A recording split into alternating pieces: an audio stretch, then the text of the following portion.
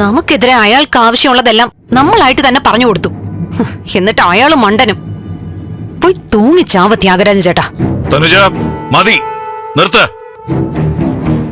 നീ ഓവറാവണ്ട. ചേട്ടൻ എന്നോട് തട്ടിക്കയറാനേ പറ്റൂ. ഇപ്പൊ വീണ്ടും കാട്ടൂരാൻ വന്നല്ലോ. എന്തേലും മറുപടി കൊടുക്കാൻ പറ്റിയോ? അയാളല്ലേ സ്കോർ ചെയ്ത്.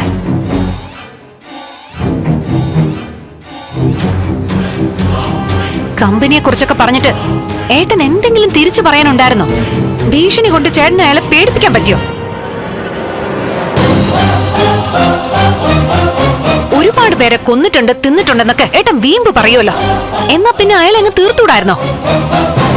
അയാളെ അല്ല, സൂക്ഷിച്ചും കണ്ട് സംസാരിച്ചില്ലെങ്കിൽ നിന്നെ ആയിരിക്കും ആദ്യം തീർക്കുന്നത്.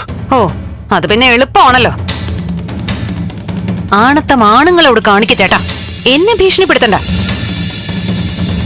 ഞാൻ പറഞ്ഞിട്ടില്ലേ, ചാകാൻ ഒരുങ്ങി നിൽക്കുന്നവളാ ഞാൻ. കൊല്ലൂന്ന് പറഞ്ഞ് വരട്ടണ്ട.